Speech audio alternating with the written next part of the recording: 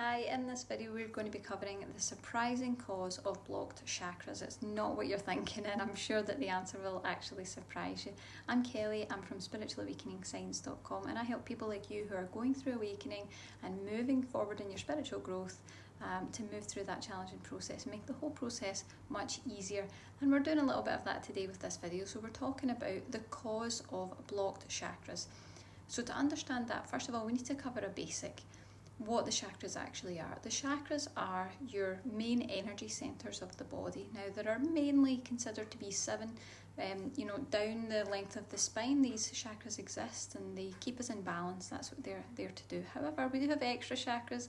We have chakras certainly above the top of the head that can help us to have more spiritual connection. So there's always more that you can learn about that.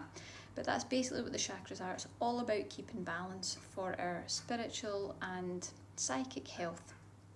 Now, the challenge that we've got with chakras is that they easily get blocked, they get congested, and we have problems with them. And it generally results from one key thing. There's lots of different things that can congest them, but the main cause of blocked chakras is actually emotional energy, and in particular, negative emotional energy. So when we have negative emotions, quite often that is a really dense vibration. It's usually a negative vibration, and that energy can congest any of the chakras, particularly if one of the chakras pertains to it.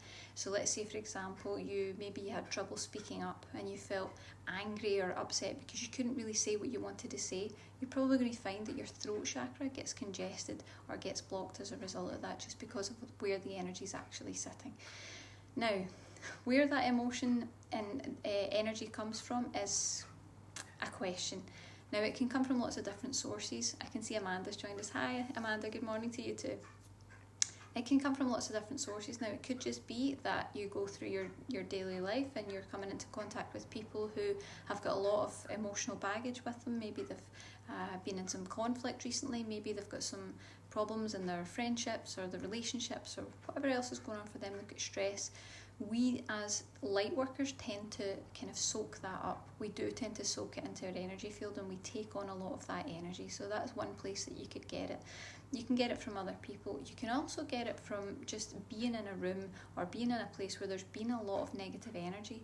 So maybe you're in somewhere where there's recently been an argument, maybe there's been conflict, maybe there's been a long period of time of stress or sadness or grief.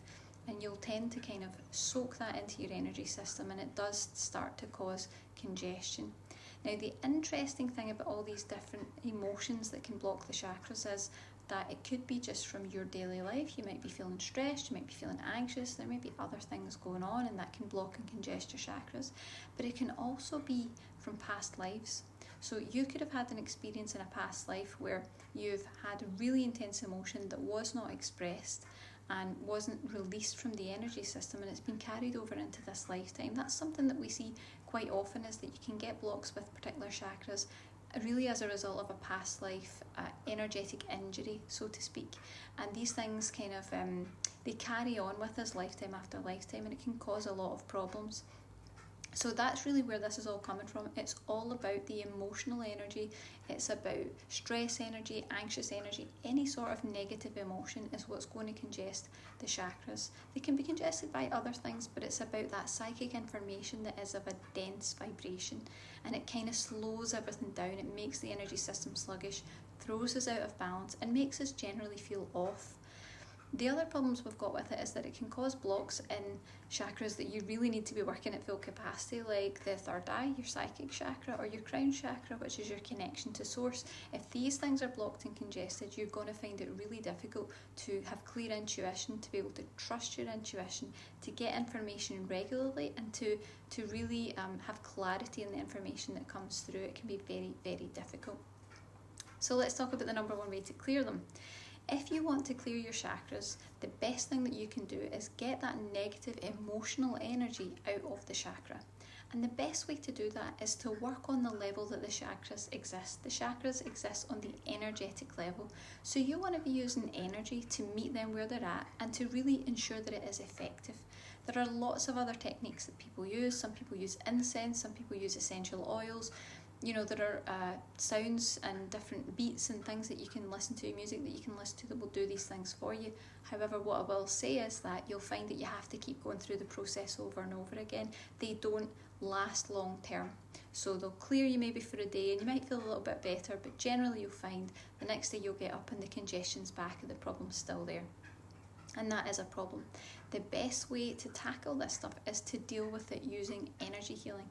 You need to heal, you need to clear all those chakras so you've got this clear connection to source, so that energy can move clearly up and down the chakra system, connect you to source, help you to have greater spiritual insight and intuition. And that's the way to do it, is to keep your chakras cleared and also balanced.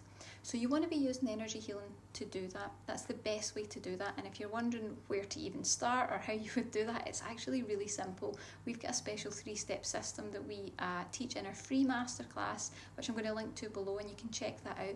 It will give you all the information you need to know about how to clear and align your chakras specifically for spiritual awakening.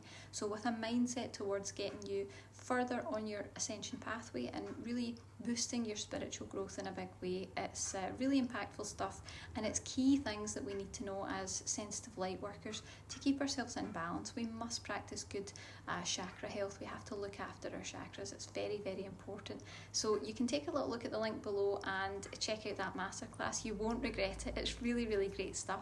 And of course, if you're watching live, remember to click below to be notified whenever we go live, and you'll be able to watch the videos right away. And if you're watching on YouTube, please give us a thumbs up and subscribe. We really appreciate it. We've got lots more great videos to come, and have a great day. Bye.